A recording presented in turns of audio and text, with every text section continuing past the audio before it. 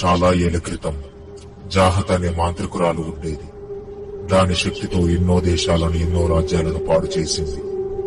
దాని నాలుకతో మనిషి ఊపిరి ఆపేయడం, దాని మాటల ద్వారా మనిషిని కృంగదీయడం దానికి అలవాటు. ఎంతో తాంత్ర మంత్ర విద్యలు తెలిసిన వారు కూడా దాన్ని ఏమి చేయలేకపోయారు. కాని కొన్ని ఏళ్ల తర్వాత అది చేసిన పాపాలు దానికే తాకాయి. జాహత్కి ఏమి తోచక మెరిసెన్ తంత్ర విద్య తెలిసిన ఒక మాంత్రికుడి దగ్గరికి వెళ్లి సాగిలపడి, నేను చనిపోకుండా నన్ను ఈ పుస్తకంలో బంధించమని వేడుకుంది. జాహత్ వేడుకోవడంతో ఆ పుస్తకములో ఆ మాంత్రికుడు జాహత్ను పుస్తకంలో బంధించాడు. బంధించిన ఆ పుస్తకాన్ని ఆ మాంత్రికుడు అతని మనవడికి అందించాడు. కాని అతని మనవడు ఆ పుస్తకాన్ని సృష్టికి విరుద్ధంగా వాడాడు. ఆ పుస్తకాన్ని కాలం నుండి వెనుకకు వెళ్లే శక్తి ఉంది.